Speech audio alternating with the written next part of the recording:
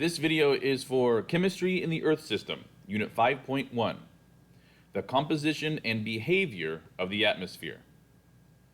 Today's essential question is, how did the atmosphere form, and what is its composition?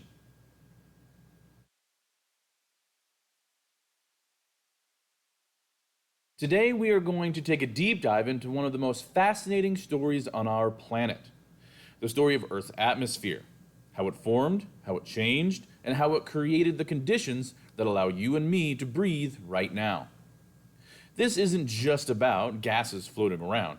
It's about planetary collisions, volcanic explosions, mass extinctions, and tiny organisms that transformed the world. As we go through this, I want you to think about a question. How fragile is the atmosphere we depend on? When Earth first formed, about 4.5 billion years ago, it wasn't the beautiful blue planet we know today. It was a ball of molten rock surrounded by a very thin, very different atmosphere. This early atmosphere was composed mostly of hydrogen, which is the lightest element in the universe, along with some water vapor, carbon dioxide, and hydrogen sulfide, which, by the way, smells like rotten eggs. Not exactly pleasant. But this atmosphere didn't last.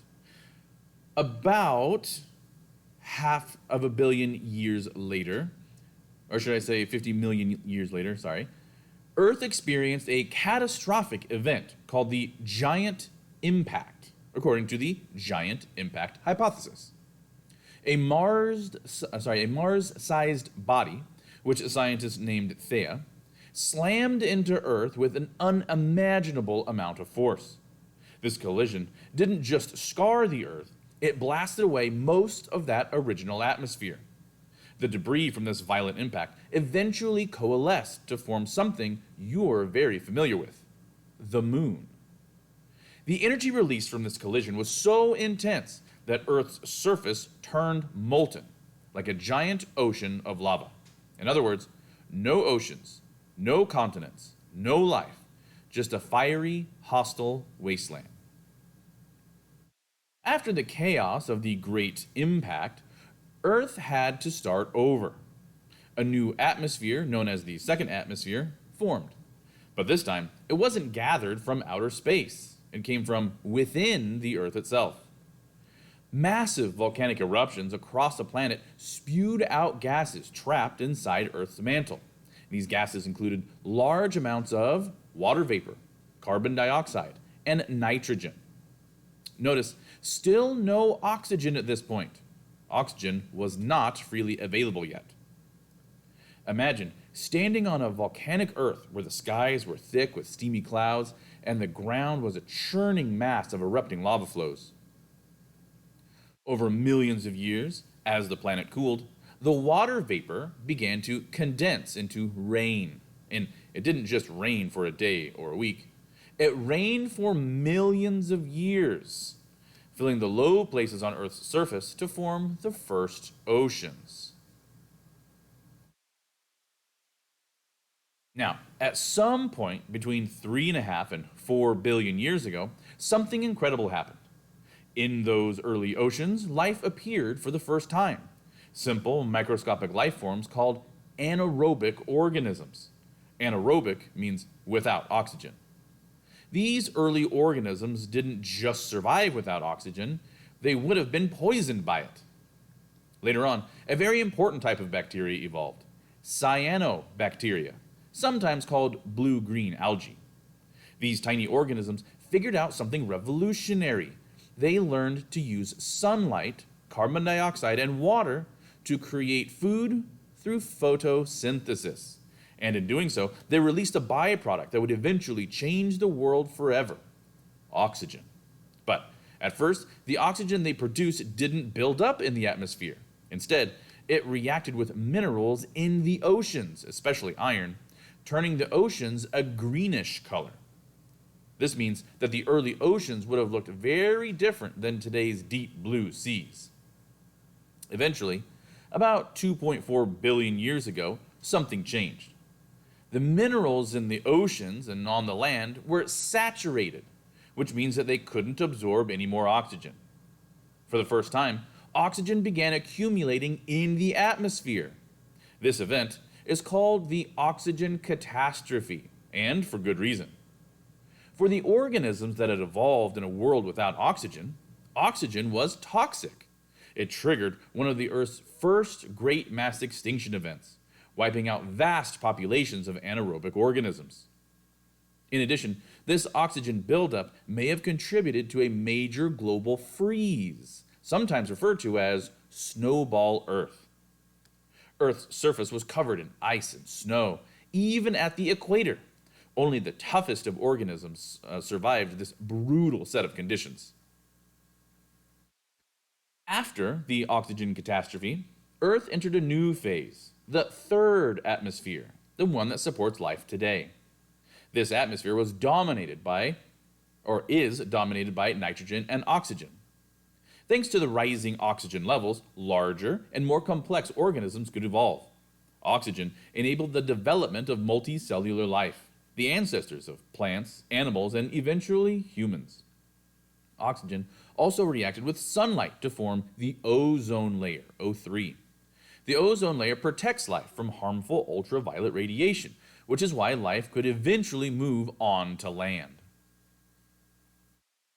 Use this summary to compare each atmosphere and prepare for quiz questions. Let's move on to Earth's atmosphere's composition and characteristics. Let's take a look at the numbers for today's atmosphere. About 78% of the air is nitrogen, about 21% of the air is oxygen, and about 0.9% is argon. All the other gases combined, carbon dioxide, neon, methane, and so on, make up less than 0.1%. Now, here's a fun fact. Even though we rely on oxygen to survive, it's still only about 1/5 of our atmosphere. Most of what you are breathing right now is nitrogen, which is important but chemically very inert. When we think about what makes Earth special, oxygen is one of the most important elements to consider. Although oxygen makes up only about 21% of our atmosphere, it is absolutely vital to life. And Earth is the only planet in our solar system that has such an abundance of it.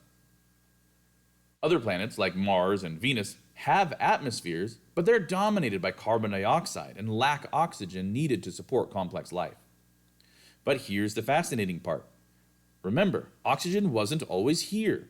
In fact, the first couple billions of years of Earth's history, there again was no free oxygen in the atmosphere at all. That changed thanks to those tiny microorganisms called cyanobacteria, or blue-green bacteria, or algae.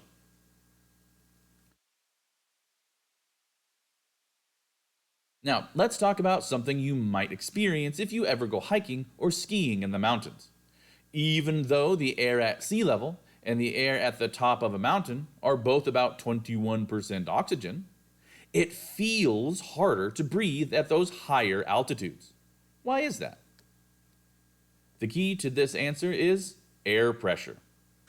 Gravity pulls air molecules down toward the surface, making the atmosphere denser near sea level. At higher elevations, the air is thinner, meaning fewer molecules are packed into each breath you breathe.